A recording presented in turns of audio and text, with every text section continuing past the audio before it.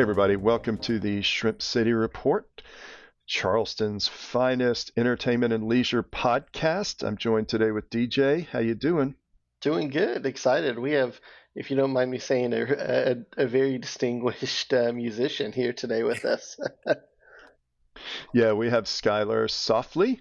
And how are you doing today, Skyler? I'm hanging in there. How y'all doing? Doing Doing great, good. yeah. So where are you calling in from? Right now I'm in Atlanta, but I'm from Phoenix City, Alabama. Okay, so you're Okay. Alabama. Right. How long have you been in Atlanta? So I kind of drive back and forth. I've been living in Phoenix City for most of my life over in Mhm. Alabama. But I just back and forth. It's about a 2-hour drive from where I live, so I'm back and forth. I was working here last night, so Yeah. you Well, know. that's not bad. I mean, a 2-hour commute in Atlanta is like an everyday thing for a lot of people now. Right, right. I always make jokes. I always say that I drive more than I get to play. Well, tell me about, geez, I guess we Was, can start at the beginning. well, Go ahead. yeah, I guess was it you playing or was it was the 99th Degree is what it's your current band, right? Yeah, I'm trying to come up with something new. Okay. So if you guys come up with a cool name, let me know. So Okay. But yeah, and that was the backing band. That's a reference to a song, isn't it? it is, yeah. It was an old hmm Robert Johnson tune. He mentions that in the song, and I think I was like 14, and I thought that was a cool band name, and I just Hmm. started using it. So So have you been playing since you were 14? yeah, well, I've been playing since I was 12, and Wow. I didn't start getting paid for it till I was about 15. So about What 15, was 16 years old, I started getting paid for it. So.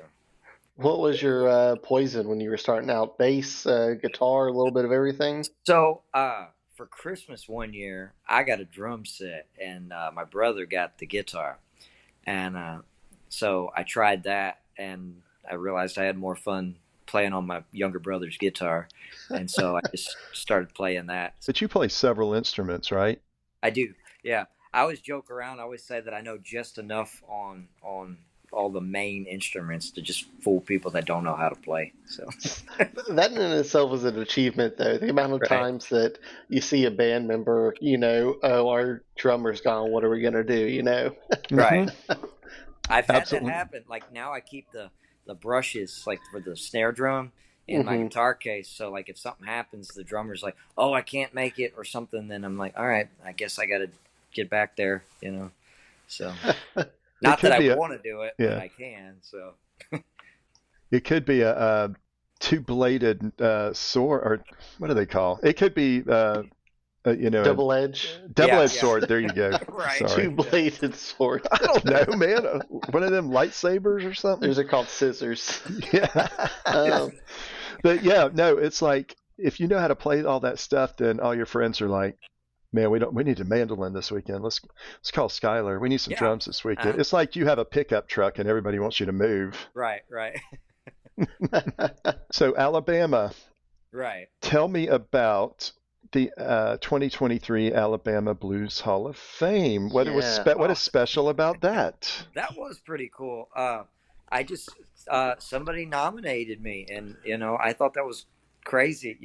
I don't feel like I'm what's the word I'm looking for? I don't feel like I deserve that, but Yeah. I appreciated it. So I thought that was really cool. Li- I don't think somebody in their I was 28 at the time. I'm 29 now, but hmm at the time I don't feel like I'm old enough to really be in something like that. Well, tell us, while you were growing up and your inspirations, some of your inspirations. Obviously, you are very like heavy on the blues, and I say blues, but I feel like that always has a certain like imagery is evoked because I've seen some of your YouTube videos, and you're so active on that stage whenever Right. you play.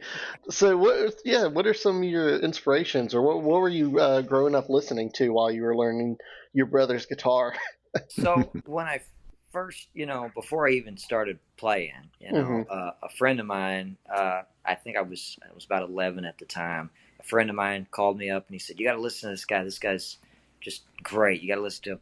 And he showed me like these old black and white videos of Elvis, you know. And so I thought, like, that's what I want to do. I want to play. I want to do that. And so for about 6 months, I was strumming chords and, you know, trying to do that. And so the same friend, he called me up all excited. He's like, man, you got to hear this guy. This guy's great. This guy, if you liked Elvis, this guy's just, you'll love this guy. And I just kind of rolled my eyes like, well, you know, who's he talking about? And he ended up showing me Muddy Waters. And I thought, when I saw that, I was like, okay, that's what I want to do. Huh. You know? So ever since then, it's just been like a never-ending bunny trail of just finding new music, you know, by going back, you know. So do you think why you are drawn to Atlanta, because it's such a hotbed for music? Well, I think that it's, how do I say this? They've got a better blues scene here than they do where I live. Okay. Like there's like nobody's playing blues where I live. If they did, they're all dead now, you know. So yeah. You know, but I play all over. But you know, Atlanta, you know, I find myself more, you know, up here more often than not now. My girlfriend lives up here, so I'm always zipping back and forth. And there's a club up here called Blind Willie's Blues Club, and I always joke around and say that's like my second home. You know, so that's where I was playing last night. So well, that's good that they have a legit blues scene there. Yeah. And you say you travel a good bit, so you play out. So there's obviously, you know, opportunity for you to ply your wares on the road. Yeah. How do you like traveling for music? Oh, I love it. You know, you get to play in front of different people and new venues. You know, I'm really excited for this thing. I did the last one, the Rockabillaque in Florida. And that was good too. So okay, so this would be your first Rockabillaque though in Charleston, right? Okay, I think this is the 11th one too, right? Yeah, it's been going on for quite some time now. Yeah, we live just a few blocks away from where it's going to be. So we have a nice advantage of being able just to ride our bikes over there or something. Yeah, but yeah, it's they block off the street. It's gonna be very cool. And it's you know, it's only within a few blocks of what we call the downtown of Park Circle. Right. So it's super intimate, and all the bands are cool. I saw you're playing Friday. Right. I'm playing Saturday too. Oh, that's cool. You get to double dip. All right, that's perfect. Yeah. What time are you playing Saturday? Did you get your set time? Saturday we're playing at 1. Okay, that's prime time then, yeah. Man, 1 is the prime time there. That's when everybody is really excited and amped up. And well, that's cool. I was worried it was going to be too early. You know? No, that's also nice because it's before people get a little too rowdy, you know. Yeah. Yeah, when people still you know, have that 100% appreciation and not just, you know. Right. Yeah, and stand the best chance of remembering you. Yeah. No, it's not. It's 100% appreciation and not inebriation. Right. Yeah, exactly. Yeah. Good point. So how many folks are you bringing with on that one? This time I'm just going to bring a trio. I've got a drummer friend of mine and a great stand-up bass player. Okay, that'll be cool. I look forward to that. What kind of guitars do you stick with usually? I love the big archtop guitars. That's what I love. But I don't know. You know, I don't know if I'll bring. I've got a big old like T-Bone Walker, one of those Gibson ES5s. I love. Yeah, that. the ESs. Yeah. Yeah, and then I love those junky Sears guitars. Like I've got a Silvertone that I might. Oh man, those. Yeah, I've got a Silvertone amp. So. Oh yeah. Yeah.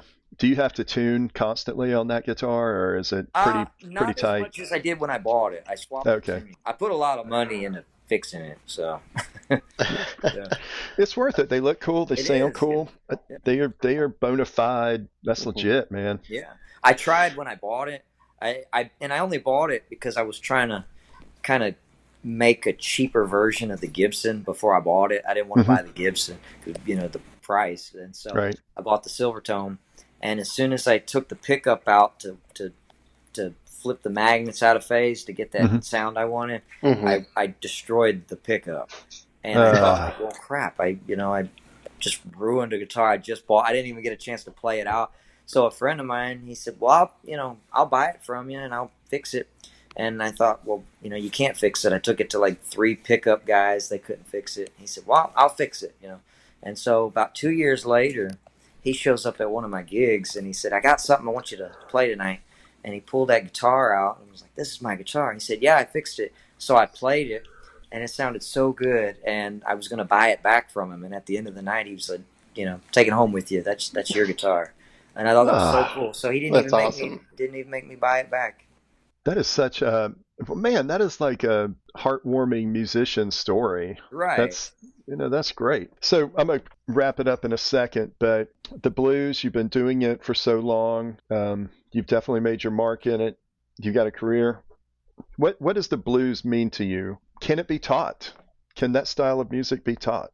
I think it can, but I think at the same time, it's like you are what you eat. If you're there's you can go into any music store and there's probably at least 10 guitar players in there. They're like, oh, I play blues, but if you're not listening to it, it's not really coming out. If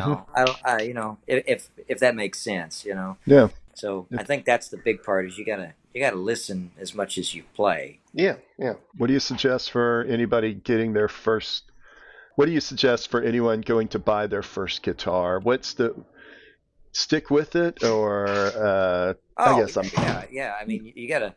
I always tough it out and get through. That's the hardest part. When I used to give lessons, I used to always say that was the hardest part is just getting your foot wet. Just dipping your foot in the pool. It's like once you've kind of got a grasp on it, you can pretty much teach yourself everything after that. But just keep playing and just play with the records and pick up things that you like. Play what you like. Yeah. For any people who are wanting to come see you early, do you have any recommendations on if they're new to blues? Any band suggestions or anything like that? Like living or dead. Classic music, any of it. If someone wants to cut their teeth on the blues, what do you think's the most digestible my biggest influence is a guy out of Texas, a guy named T-Bone Walker. Okay, that's my favorite guitar player. T-Bone Walker, another guy that everybody should listen to. Even if you don't know blues, you've probably heard some of his songs. A guy named Jimmy Reed. I love Jimmy Reed. That's everybody, that's tap your foot to that, Okay, cool. All right, we should have this podcast out in time for folks to at least get a day or so to go do a little recon before they come see you. Do you have anything you want to plug, and how can we find you on the internets? You can find me on Facebook and Instagram. I'm still working on my website, but Facebook and Instagram. And if you look up my name, Skyler Saufley, I'm the only one on the internet. So you can't miss. I'm the only one. All right, Skyler. Well, thank you for joining us. We'll see you this weekend, probably both shows, because we're going to be there a lot. Yeah. So cool. Well, come say hi, and I'll see you guys there then. Will do. Absolutely. See y'all later. Appreciate it. Bye.